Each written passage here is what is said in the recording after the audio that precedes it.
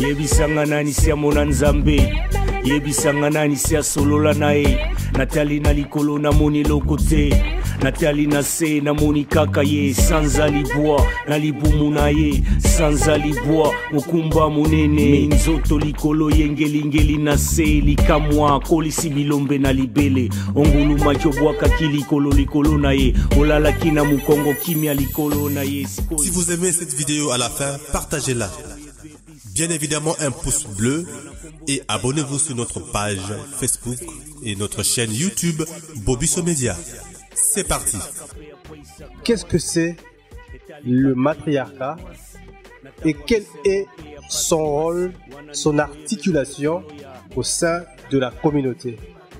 Le matriarcat comprend plusieurs dimensions. Une dimension physiologique, une dimension sociale, une dimension économique, une dimension politique. Je ne parlerai pas de dimension spirituelle parce que les matriarcats supposent une forme de parenté, c'est-à-dire que des familles fondées sur les pouvoirs de la mère. Nous pensons que Dieu s'est manifesté beaucoup plus, ou se manifeste beaucoup plus par la mère. Et quand on était enfant, nous on avait l'habitude de jurer Dieu ma mère. On faisait ça, Dieu ma mère. Et puis, aujourd'hui, les jeunes disent sur la tête de ma mère. Or, nous par exemple, on le faisait, lorsqu'on jurait Dieu ma mère, on le faisait même à côté des parents, dont certains étaient des diacres à l'église ou étaient des pasteurs. Comment se fait-il que ces diacres, ces diaconesses, ces pasteurs nous laissaient jurer Dieu ma mère alors qu'à l'église on nous parlait au nom du Père, du Fils et du Saint-Esprit? Et que nous nous enseigné Dieu comme un homme. Donc, nous nous sommes intéressés à la question pourquoi la mère est aussi importante comme ça. Or, lorsque nous étudions les structures sociales élémentaires de la société, nous voyons par exemple que pour qu'il y ait société, la société commence par la famille. Or la famille c'est le père, la mère et les enfants. Et enfin, vu d'ici, vu d'Europe. Or nous, la famille c'est le père, la mère, les enfants, les oncles, et puis tous les restes, donc les grands-parents et tout ça. Cela veut dire que nous sommes dans une situation totalement différente entre celle que nous voyons en Europe, où l'on dit que les mariages c'est la manifestation de l'amour des deux personnes, et nous on se trouve dans une situation où on dit que les mariages est l'ensemble d'alliances conclues entre les parents maternels et paternels d'une femme et d'un homme. Pourquoi? C'est la preuve que lorsque on est amoureux et qu'on veut se marier, on fait appel à ses parents. On demande la bénédiction des parents. On demande leur accord. Eux, ce sont même les parents qui organisent les mariages. Donc, c'est comme si les parents nous dessaisissent de notre bonheur. Hein? Le bonheur à deux est inimaginable dans la société africaine. Donc, quand on dit pouvoir maternel, ça ne veut pas dire les pouvoirs dans le sens politique ou militaire. Il y a beaucoup de gens qui résistent, qui disent comment moi j'épouse ma femme, j'ai donné la dot, et que après les enfants ne m'appartiennent pas, alors que j'ai épousé ma femme, et puis ma femme va me dominer. Donc, il ne s'agit pas ici de la question de la domination. Les matriarcats vont nous amener un certain nombre de situations. La première situation, c'est la stabilité. C'est-à-dire que lorsque on est dans les matriarcats, on est dans un mariage. Et on est appelé à durer, à vivre toute sa vie. Deuxième chose, lorsque on est dans les matriarcats, on est dans un engagement d'harmonie. C'est-à-dire que dans cette harmonie-là, l'homme et la femme se complètent, non seulement se complètent dans la façon de vivre les droits et les devoirs. Les matriarcats appellent aussi à ce que chacun puisse jouer son rôle. Parce que la question aussi c'est là. Les pères ne peuvent pas jouer les fonctions physiologiques de la mère. La mère ne peut pas jouer les fonctions physiologiques du père. Mais on se rend compte que la mère a reçu plus de possibilités que le père. C'est-à-dire que la mère tombe enceinte, garde l'enfant protège l'enfant déjà pendant 9 mois à 10 mois, et puis elle accouche. Lorsqu'elle a fini d'accoucher, et elle allaite l'enfant, et elle lui apprend la langue, et lui donne toute sa culture, en tout cas toute sa culture de base. C'est-à-dire que la mère protège l'enfant depuis le ventre jusqu'au moment où l'enfant sera autonome, donc sera capable de se prendre en charge. Et donc, ce système-là, lorsqu'il est bien structuré, j'ai souvent l'habitude de dire que à mes auditeurs femmes, que votre premier fils, c'est votre mari. On n'a pas négligé les rôles de l'homme, mais on se dit que bon, la femme continue l'éducation de l'homme. Donc ça devient la deuxième maman. La famille va venir de la mère. C'est pour ça que, par exemple, nous on dit libota. Lorsqu'on dit libota, donc la famille, c'est-à-dire c'est la lignée, ceux qui sont nés. Bota, ou bien wuta, c'est naître. Kobota, c'est mettre au monde. Bon, donc, ceux qui sont sortis du même corps de la femme. Et c'est pour cela que dans les matriarcats, on a ajouté l'oncle. C'est-à-dire que l'enfant africain, là, va naître avec 3 autorités parentales. L'autorité parentale de son père, qui ne perd pas ses droits et ses devoirs, comme les gens sont en train de penser. Non. Lorsqu'on dit que les enfants appartiennent à la mère, effectivement, même si on est dans un système patriarcal, c'est lui, la personne qui s'occupe de l'enfant, depuis le ventre jusqu'à ce qu'il deviendra autonome, c'est pas le père, c'est la mère. Et donc, il faut reconnaître ce droit afin que l'acte, donc la gestation, l'acte de tomber enceinte, l'acte de préserver la grossesse, l'acte de mettre au monde, l'acte d'allaiter, l'acte d'éduquer et de donner la langue, parce que on dit que lorsque on a éduqué une femme, on a éduqué une nation. Lorsque on éduque un individu, vous voyez, un homme, on n'éduque pas une nation. Communément dans le monde, on a toujours tendance à, quand on parle du bon, on doit parler du mauvais, on parle du positif, on parle aussi du négatif. On parle du nord, on parle du sud. Est-ce que les patriarcats est justement l'opposé du matriarcat aujourd'hui? Le patriarcat est totalement l'opposé. Vous voyez, par exemple, un système matrilinéaire ne pouvait pas produire des choses comme le féminisme. Par exemple, j'ai défini le féminisme comme la remise en question du patriarcat. Pourquoi? Parce que les femmes disent oui, les hommes ont tel droit, ils ont tel droit, ils ont tel droit, et ils ont peu de devoirs. Bon, ce qui est totalement faux parce que les gens ont, eux, ils ont structuré leur société en divisant les patrimoines et les matrimoines. Les patrimoines, pardon, concernant tout ce qui touche à la richesse, c'est les patrimoines, c'est aux mains des pères.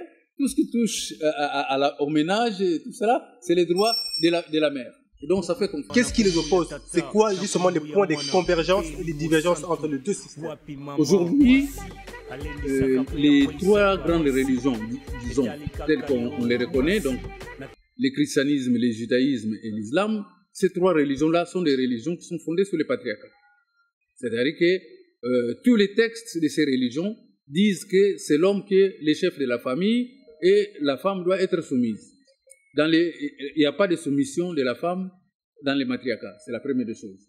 Il n'y a pas aussi de soumission de l'homme. Personne n'est soumis. L'homme et la femme sont résolument égaux en droit et en devoir. Mais bien sûr, cette égalité va de pair avec les responsabilités accordées par la physiologie. C'est-à-dire qu'un homme n'est pas une femme, il ne le sera pas. Et une femme n'est pas un homme, il ne le sera pas. Responsabilité à caractère physiologique doit être assumée par la femme, celle de l'homme doit être assurée par l'homme. na kombo ya tata, na kombo ya mwana, peli mosantu, wapi maman. De divergences et de convergences. Je vais m'expliquer. Lorsque les Européens sont arrivés chez nous, ils ont trouvé une société totalement matriarcale. C'est-à-dire que la famille, les femmes s'agrégeaient autour d'un homme. D'accord? Et ils ont détruit cette société matriarcale. Ils ont mis, on est actuellement en situation de patriarcat. Parce que votre femme porte votre nom. Vos enfants portent vos noms, votre nom. Bon, donc à cette époque, par exemple, moi, je n'ai ni les noms de mon père, ni les noms de ma mère. Mais j'ai les noms de la lignée. Je suis dans la filiation de ma mère, je suis Nangane Congo par la filiation maternelle. Mais du côté de mon père, je suis Sakune Vunda. Vous voyez? Mais lorsque on me présente, c'est l'enfant de sa mère. C'est l'enfant de ma mère. Parce que c'est la mère qui a fait que je sois ce que je suis. En tout cas, depuis la grossesse jusqu'à ce que je suis devenu autonome. D'accord? Maintenant, le patriarcat, lui, a fait une division de travail qui donne à la mère que les devoirs de ménage. Hein? J'ai dit ménage, ça ne veut pas dire aller à la cuisine. Mais le ménage, ça veut dire tout le travail de la maison, balayer la maison, entretenir la maison, faire la cuisine, tomber enceinte, et tout, et s'occuper des enfants, laver les habits, et tous ces métiers. Mais vous voyez que tous les métiers qui amènent l'argent, les métiers de la violence, comme les militaires, et la police, tout ça, c'est des métiers qui étaient réservés aux hommes. Et donc, c'est ça qui fait que nous, dans la société, une société fondée sur la femme ne peut pas être une société violente. Ne peut pas avoir de violence parce que les rôles de la mère, c'est d'assumer ce qu'on appelle Ungudi. Ungudi, c'est le terme que nous utilisons pour dire Alingala Boboto. C'est-à-dire que Boboto, il y a le terme Bota, c'est-à-dire que ce qui a trait à la naissance. La mère est bonne parce qu'elle met au monde et protège l'enfant depuis la grossesse jusqu'à toute sa vie. Elle clame toujours que c'est mon enfant. Mais elle a la même bonté pour l'enfant depuis que l'enfant est fœtus et jusqu'à la mort de l'enfant. C'est-à-dire s'il meurt à 100 ans ou Dieu sait. Le père est dans une autre situation. Il protège l'enfant. C'est son rôle. Il protège l'enfant, il protège la femme. Mais la mère assure, poursuit l'éducation donc là où sa belle-mère s'est arrêtée, hein, c'est-à-dire les devoirs matrimoniaux de sa mère sont continués par la femme. Vous comprenez? Donc, il y a vraiment une situation de complémentarité. Alors, je vous donne 2 termes seulement qui veulent dire presque la même chose. Pour dire les parents. Tata, maman. D'accord? Bon. Mais quand on dit tata, tata, c'est ta, en fait. Mais lorsqu'on dit 2 fois tata, ça veut dire protecteur. Ça veut dire c'est protecteur. Mais maman, vous savez, quand nos mamans donnent les seins et tout ça, c'est la nourrice, la nourricière. Vous voyez déjà que les 2 parents se complètent. Hein? L'un protège, l'autre nourrit. Or, c'est ceci, la mère qui nourrit aussi, ne nourrit pas seulement ses enfants, nourrit aussi les pères. Comme mes grands-enfants. C'est son premier fils. Le père est le premier fils de maman. Mais lorsque nous, on aura compris, nous sommes dans une époque où les femmes sont systématiquement révoltées contre les hommes. C'est pas un peu justifié qu'aujourd'hui que ces femmes-là puissent se révolter parce que, bon, leurs droits sont quelque part bafoués, ils n'ont pas le même droit que les hommes, pas les mêmes salaires que les hommes, et surtout la femme africaine qui est occidentalisée aujourd'hui, pour elle, elle a aussi besoin de cette émancipation. Alors, la femme africaine féministe, c'est une malheureuse. Aujourd'hui... Comment ça? Oui, nous nous trouvons devant des situations anachroniques. Par exemple, les célibats. Aujourd'hui, nous avons beaucoup de célibataires, surtout des célibataires femmes, célibataires volontaires. Et disent non, j'ai pas le temps, je ne veux pas me prendre la tête. Oui, mais il y a une explication matérielle. Parce que nous sommes entrés dans une société qui est de consommation de masse. Le capitalisme permet à ce que les femmes acceptent le célibat. Parce que s'il n'y avait pas de possibilité, je ne peux pas appeler ça d'émancipation parce qu'il n'y a pas, nous, on n'a pas bloqué. Lorsqu'on ne peut pas sortir du matriarcat pour entrer dans le patriarcat. Au contraire, les femmes africaines compliquent leur situation. Et compliquent leur situation parce que chez nous, les célibats n'est ni un prestige, un sujet de prestige, ni un privilège. C'est-à-dire que tout le monde est obligé d'être avec tout le monde. C'est une société communautariste. Nous sommes dans la communauté. C'est-à-dire que les qualités des gens de la communauté doivent être les mêmes. Je veux dire ici que tout le monde est marié, tout le monde a un père, tout le monde a une famille, et donc quelqu'un ne peut pas dire que je n'ai pas de famille. Non, on a des familles, et c'est toutes des familles élargies. C'est pour cela que le mariage est quelque chose de sérieux. Parce que lorsque vous vous mariez, vous permettez à vos parents d'élargir leur pouvoir économique par les alliances, leur pouvoir politique, leur pouvoir militaire aussi, ainsi de suite. Vous augmentez les parents, grâce à votre amour, vous augmentez la puissance, l'étendue de la puissance de vos parents. Si vous vous mariez dans une famille qui est pauvre et qu'il y a quelqu'un qui a un talent, par exemple, qui est un grand musicien, on va dire, nous, on n'a pas, dans notre famille, on n'a pas un grand musicien. Et d'ailleurs, à l'époque, les gens s'arrangeaient à ce que chaque personne qui a du talent, on puisse lui donner des femmes pour que les talents soient distribués. Je vais prendre un deuxième... Un peu comme aujourd'hui, la sélection des embryons pour avoir un enfant sur mesure. Exactement ça. Mais nous ne faisons pas ça dans la bêtise parce que lorsque on fait la sélection, on reste dans l'égoïsme. La famille, dans les matriarcats, il n'y a pas d'égoïsme. Une des solutions qu'ils avaient trouvées, parce qu'il n'y avait pas de célibataires. C'était une honte d'être célibataire à un certain âge. Et donc, on donnait même les statuts de maman aux femmes stériles. C'est-à-dire que nous distinguons la femme et la mère. Une personne qui ne veut pas se marier, avoir des enfants, reste une femme. Elle n'est pas une mère. Une mère, c'est quelqu'un qui a envie de se marier, ou bien qui s'est marié, qui a eu des enfants, qui élève les enfants et tout ça. Mais s'il y a une situation de stérilité, une femme qui est stérile, mais qui est mariée, qui cherche, qui élève les enfants, elle est mère. Vous voyez, donc il y a une logique de fonctionnement qu'on n'a pas. Donc, on avait honte d'être célibataire et cette honte-là faisait qu'on devait se marier. Et toute la communauté s'organisait pour que tout le monde soit marié. Donc, il y a une égalité, qu'on puisse dire, il y a une égalité dans l'accès au mariage. Bon, j'avance encore un autre argument. Par exemple, la monoparentalité, qui est très répandue aujourd'hui, c'est une honte d'être monoparental. Parce que... Ça, c'est une honte si jamais les deux personnes ne s'entendent pas. C'est ce que j'ai expliqué, que le mariage n'était pas une affaire de deux personnes. Parce que lorsque les gens avaient pratiqué le matriarcat, les enfants ont leurs oncles. Donc, ils ont toujours une autorité parentale de plus que les enfants d'ici qui naissent dans un mariage avec le père et la mère.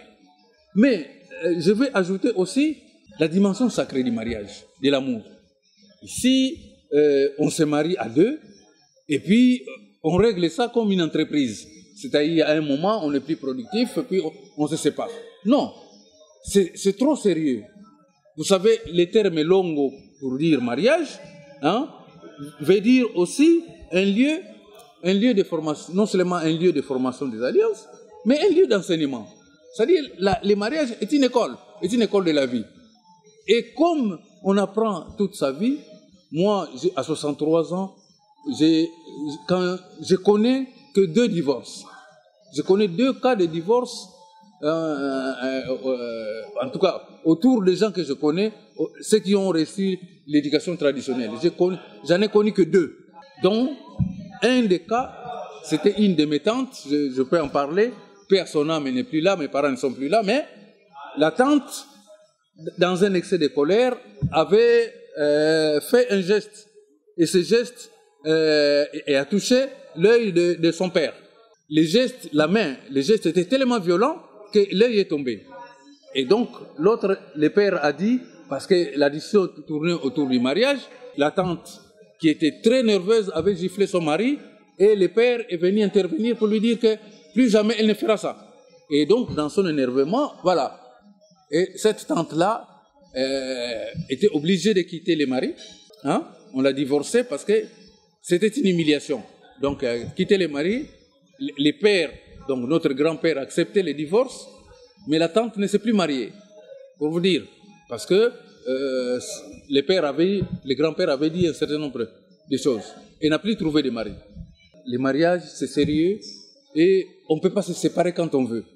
Ce qu'on est en train d'assister aujourd'hui... C'est un peu vivre avec son temps, ça. Non. Voilà. La monoparentalité est une perversion. C'est-à-dire que les gens se séparent. Aujourd'hui, les hommes ne veulent plus demander pardon aux femmes.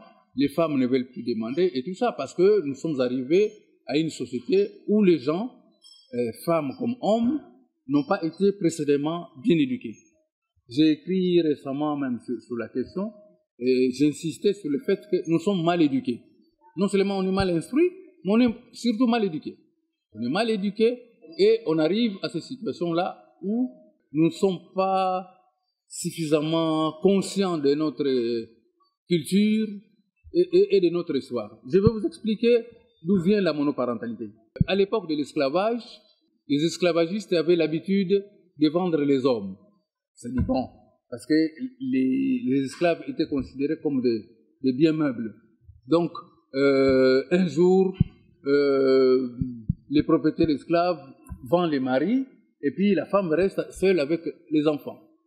Et donc, vous voyez, par exemple, pour les afro-descendants, hein, donc les descendants africains d'Amérique, hein, que ce soit aux Caraïbes, aux Antilles ou en Amérique, c'est là-bas où on trouve le plus de faits de monoparentalité. Maintenant, c'est arrivé en Europe, mais là-bas, c'était parce que les maris étaient vendus, les maris étaient partis et tout ça, la femme est restée. C'était pas parce que les maris est mort, mais parce que les maris, par exemple, on l'envoyait pendant 2 mois, 3 mois dans une autre région. La femme est restée avec les enfants. Et donc, c'est structuré et c'est devenu comme une coutume. Donc, vous voyez beaucoup de familles, dans beaucoup de situations où la femme, lorsque le mari est parti, ça lui dit rien, parce que sa mère, sa grand-mère, dans leur famille, depuis au moins 1, 2, 3 siècles, ils ont des faits de monoparentalité. Ici, ce qui est en train de se passer en Europe, par exemple, pour nous les gens du Congo, c'est une honte d'être célibataire à vie, c'est-à-dire par choix, c'est une honte. D'être dans une famille monoparentale, c'est une honte. Mais maintenant, c'est devenu des choses banalisées. Lorsque nous sommes avec notre temps, c'est-à-dire que nous prospérons. Les propres des êtres humains, hein, des vivants, les propres des vivants, c'est de refuser la souffrance. C'est pour ça que nous nous plaignons de la crise économique, de la crise ici, nous nous plaignons. Parce que les vivants, que ce soit un arbre, que ce soit un animal, hein, prends un couteau et blesse un animal, tu vas voir comment il va se plaindre. D'accord? C'est-à-dire, bon, s'il ne parle pas, même si vous voulez tuer un ver de terre, vous allez voir le ver de terre en train de faire des mouvements pour montrer qu'il souffre. Donc, il refuse la souffrance. Or, la monoparentalité est une souffrance. Allez maintenant dans les gares, à cette heure ici, vous allez voir des enfants qui sont en train de traîner dans les gares ou dans les rues et tout ça. Mais parce que c'est des enfants des familles monoparentales en grande partie. Voilà, la mère, elle est excédée, la mère monoparentale, et elle a fait ce choix-là, mais arrive à des moments où elle pique des crises. Parce qu'elle ne peut pas supporter qu'elle soit seule à s'occuper des enfants. Peut-être avant que vous posiez votre question, terminez sur la question de la responsabilité. Parce qu'aujourd'hui, les gens se rejettent. Les femmes disent, oh, les hommes ici, ils sont responsables. Alors vous commencez à demander, qui est responsable de quoi? Quand vous connaissez pourquoi le mari est parti et ne vient pas s'occuper de ses enfants, vous allez voir que la femme ne voulait pas que le père voie les enfants. Et ça, cette histoire dirait 3 ans, 4 ans, 5 ans, 6 ans. Depuis que le père est parti, la mère ne les laissait pas et tout ça. Bon, mais quand ces enfants arrivent à 16 ans, 17 ans, 20 ans, vous pensez que ces enfants vont s'attacher au père? Non. Non seulement les enfants ne s'attachent pas au père, les pères aussi, il n'a vraiment pas eu une vraie histoire avec les enfants, même s'ils s'en occupent que matériellement. Il n'y a pas de liens affectifs solides. Et donc, ça va se répercuter sur les enfants. Lorsque les enfants et tout ça, vous voyez, souvent, les gens se séparent facilement. Or, les matriarcats, c'était juste le contraire. Je vais vous expliquer une chose. Je vous donne un bon exemple. Lorsque les matriarcats se pratiquaient, une grande famille, une partie de famille, vivait dans des familles que les Européens appellent polygames. Parce que ce terme-là, il faut que nous, les Africains, on travaille aussi les termes.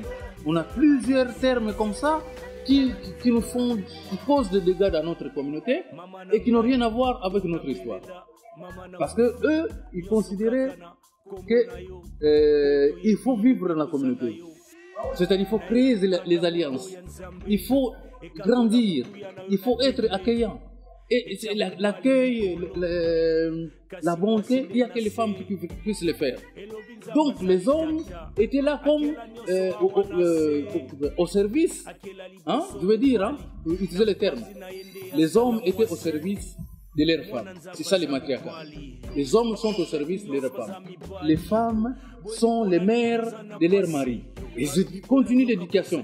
C'est pour ça que n'importe qui n'est pas une femme, n'est pas une mère. On peut être une femme, mais on peut pas. Tout le monde n'est pas une mère. Or, aujourd'hui, même les femmes ont des enfants. C'est-à-dire le cas de mon enfant. Bon, le sujet est trop vaste.